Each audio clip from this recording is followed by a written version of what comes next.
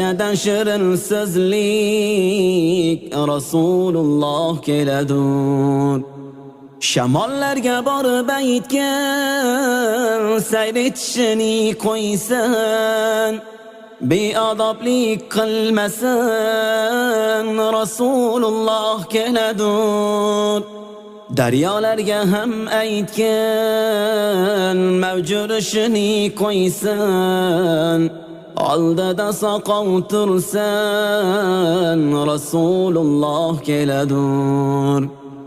Moliklarga borib aytgan, do'zax eshigini yopsan, yo'llariga ko'z tutsan Rasulullah keladur.